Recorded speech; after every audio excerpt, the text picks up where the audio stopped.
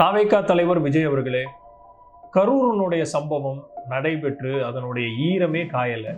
அதற்குள்ள உங்களுடைய சேலத்தில் மிகப்பெரிய ஒரு கூட்ட நெரிசலில் சிக்கி மூச்சு திணறி ஒருவர் இறந்திருக்கிறார். சரி, ஓகே, உங்களுடைய கட்சி நிர்வாகிகள் சொல்கிற மாதிரி அவருக்கு இருதய கோளாறு வந்துச்சு அப்படின்னு பல்வேறு காரணங்கள் சொல்கிறது இருக்கட்டும். உங்களை நாடி வந்தவர்கள் தான் 41 பேரும் இறந்தவர்களும். உங்களை நாடி வந்தவர் தான் இன்றைக்கு இறந்திருக்கக்கூடிய இந்த சுஜித் என்பவர்.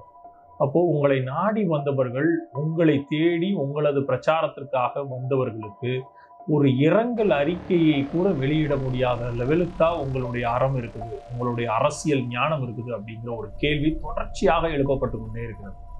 ஒரு அரசியல் களத்துக்குள்ள நீங்க டைரக்டா வந்து மக்களோடு தோளோடு தோள் நின்று அரசியல் பண்றதுக்கு தான் நீங்கள் முயற்சி பண்ண மாட்டேங்கிறீங்கிற பார்வை இருந்தால் கூட அட்லீஸ்ட் உங்களுடைய கூட்டங்களுக்கு வரக்கூடியவர்களுடைய அந்த ஒரு இழப்பை கூட உங்களால் ஒரு ஈடுகட்ட முடிய லெவலுக்கு இருக்க மாட்டேங்குது உங்களுடைய மனிதத்தன்மையற்ற ஒரு செயல் அப்படிங்கிறது தொடர்ச்சியாக குற்றச்சாட்டை தாண்டி ஒரு அரசியல் தலைவர் எப்படி இந்த பொதுமக்களுக்கு இவ்வளவு பெரிய ஒரு துன்பம் நடைபெறும் பொழுது கூட அவர் ஒரு அறத்தின் பக்கம் நிற்க மாட்டேங்கிறார், எப்படி ஒரு அமைதியாக இப்படி கடந்து செல்கிறார் அப்படிங்கிறது ரொம்ப ஆபத்தான விஷயமாக பார்க்கப்படுகிறது.